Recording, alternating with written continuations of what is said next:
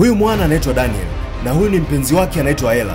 Baada ya jamaa kumaliza kujiandaa, akamchapa kumbato zito pale, kisha akaenda kwenye majukumu yake ya kila siku. Kesho yake mwana akiwa amekaa, mlango kagongwa, akasogea kuufungua. Kumbe ni mpenzi wake. Kama kawaida alikachapa kumbato pale, kisha wakakaa kitandani. Ella kumbe alikuwa amemletea jamaa msosi bana. Mwana akafungua mzigo pale, alivyopiga kijiko cha kwanza, umeweka nini humu?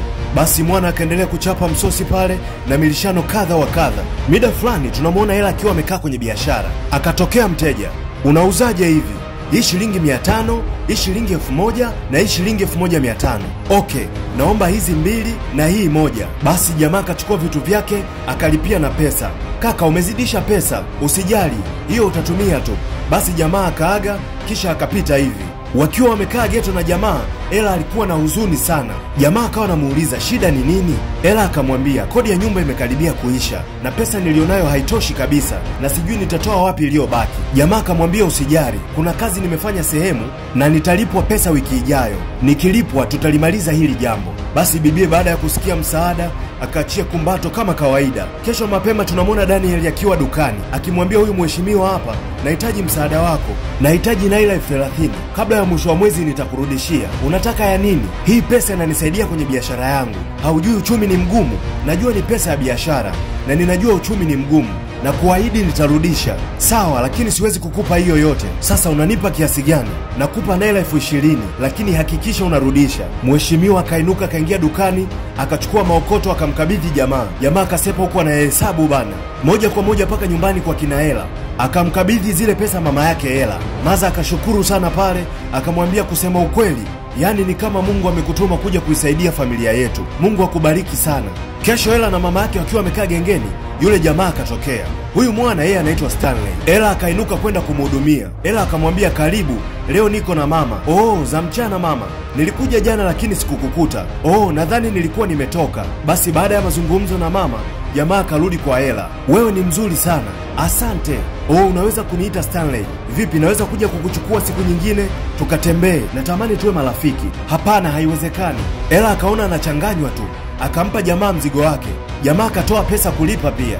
Ella akakuta pesa imezidi, akamrudishia jamaa. Jamaa akamwambia usijali, baki nayo tu. Hapana, sio lazima. Basi jamaa akachukua chenchi yake, akamwaga mama Ella kisha akasepa. Kesho yake mida ya jioni, tunaona gari ikiwa inasimama maeneo. Ndani kumbe alikuwa Ella na Stanley. Ella kabla hajashuka, Stanley akamwambia, lakini itakuwa vizuri ukinipatia namba yako. Namba yangu tena? Jamani, nilidhani sisi ni marafiki. Ella akarukaruka, mwisho wa siku akaachia namba. Ila akamwambia sitaki kupigiwa ovyo. Usijali, mimi sio msumbufu. Basi bibi akashuka kwenye chuma aingie nyumbani. Kafika ndani, mama akamuuliza umefanikiwa? Ndiyo, nimefanikiwa. Huyo aliyekushusha na gari sio yule mteja wetu kweli? Ndiyo, ni yeye, anaitwa Stanley. Oh, ulienda naye? Hapana, nilikutana naye tu dukani akanipa lifti. Oh, sawa. Sawa nini sasa? Amna. Lakini nadhani anakupenda. Mama, mimi nina mpenzi wangu. Una mtu wako? Huyu kijana ni husband material. Yes. Na nimependa gari lake.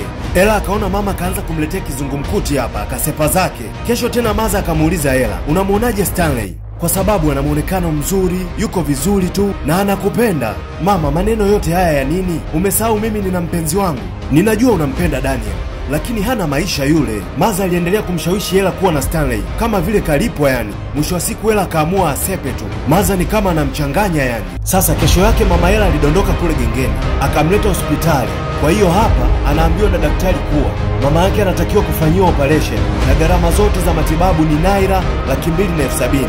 Hii pesa kwa Ella ilikuwa ni mzozo aisee. Ikabidi aje kwa Daniel kumwambia hali halisi. Jamaa akamwambia usijali, tutapata pesa na mama atatibiwa. Ella alivyoondoka, jamaa akatafuta mteja auze baadhi ya vitu vyake. Hakuwa na namna aisee.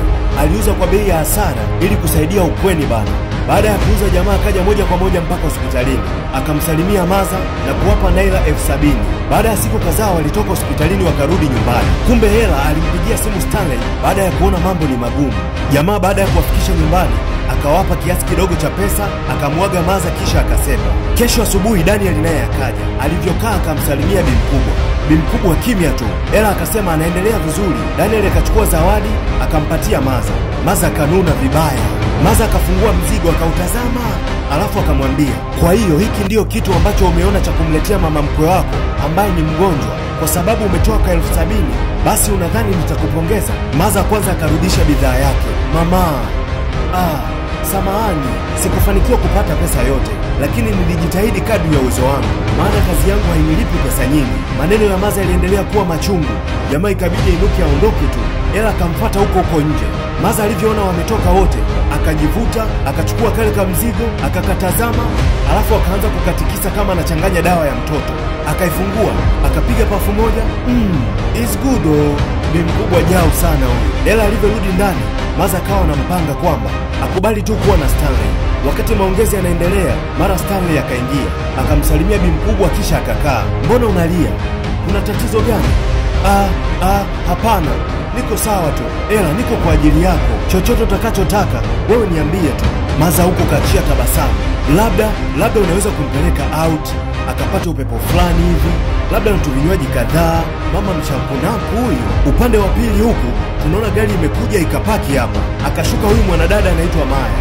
Akakutana na Daniel hapa. Daniel akamwambia anahitaji kuanzisha biashara akipata mtaji. Maya akamwambia hamna shida, nitakusapoti kwa ajili ya kuanzisha biashara yako. Baada ya hapo wakaondoka wote, na huku Stanley na Ella wakaenda date bwana. Wakachapa vinywaji pale, wakainuka wakanesanesa kidogo na michezo fulani ya kizungu pale. Baada ya hapo jamaa akamleta mpaka nyumbani kwao. Mazungumzo sekunde 120, akamchapa kumbato fulani hivi na buso fulani la shingoni. Bibia anasepa, mara Daniel akatokea, akasimama akamtazama mwana, kisha akamfuata Ella mpaka ndani. Ella, ni nini kinaendelea? Na yule ni nani? Daniel, tulia basi. Yaani nitulie? Nimeona mtu mwingine anakukisi, unaniambia nitulie? Mara Maza akatokea. Hey, unataka kunidondoshea mabati yangu eh? Kelele za nini? Sikiliza, Ella anapaswa kuwa na furaha. Yes, na Stanley ni mtu sahihi kwake. Kwa hiyo umetukatia tamaa. Sasa kilichotokea baada ya miezi kadhaa, tunaona Stanley akiwa nyumbani kwa kina Ella, akiwa na ndugu zake, ikionyesha kuwa amekuja kumposa Ella, kwa maana kwamba Ella ameshajaa kwenye mfumo wa jamaa. Basi familia ikajitambulisha, wakafahamiana, tabasamu zikaonekana pande zote. Basi Maza akaambiwa amfuate binti. Maza naye akuchelewa akawa amemleta binti eneo la tukio. Ella akaulizwa, unatambua ujio huu? Akasema ndiyo na utambua. Basi taratibu zikaendelea, na mwisho wa siku bibie kwa mara ya kwanza akaikoroga chai akiwa nyumbani kwake bwana. Yaani kifupi aliolewa. Wakakaa wakapiga chai mezani. Baada ya hapo jamaa akasepa. Siku kadhaa mama yake akaja kumtembelea nyumbani kwake. Wakiwa wamekaa na stori 2-3, jamaa akaja akawasalimia. Akamwambia mama, naomba nimchukue Ella kwa masaa 2 tu. Nataka nikamfanyie surprise. Kuna ubaya gani ukituambia hiyo surprise? Sawa. Nataka kumchukua nikamnunulie gari. Unatania eti? No. Basi zilikuwa ni shangwe tu pale ndani. Kisha wakaondoka wote pamoja na bi mkubwa. Siku kadhaa jamaa akawa anamwaga mke wake akimwambia kuwa anasafiri, lakini pia mama yake Ella akawa anapaswa kurudi nyumbani. Akamwambia atamtumia pesa amkatie tiketi ya ndege. Akamsisitiza hakikisha anapanda ndege, asitumie magari. Daniel naye huku tunamwona akiwa na yule mrembo. Huyu mrembo alimfanyia mpango jamaa, akapata kazi. Walianza kuzijenga hisia taratibu, michezo fulani ya kitandani, kubonyezana sana, jogging za hapa na pale, tabasamu na vicheko kadha wa kadha. Sasa mama huku ameambiwa apande ndege. Akasema, ndege ya nini? Bwana, nataka nikamalizie store yangu. Pesa ikibaki nitanunua vitu vingine. Mama, mume wangu kasema nikukatie tiketi ya ndege. Mama akampanga binti yake mpaka akakubali kumpatia hiyo pesa. Alafu yeye atajua atafikaje. Huyu bi mkubwa ujanani nahisi alikuwa anakimbiza sana isee. Mida fulani usingizi mzito watu ndani ya gari.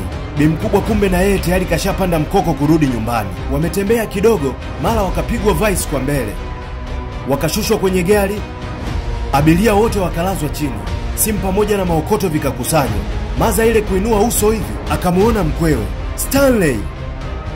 Mwana akeshiwa pozi kabisa, akavua miwani.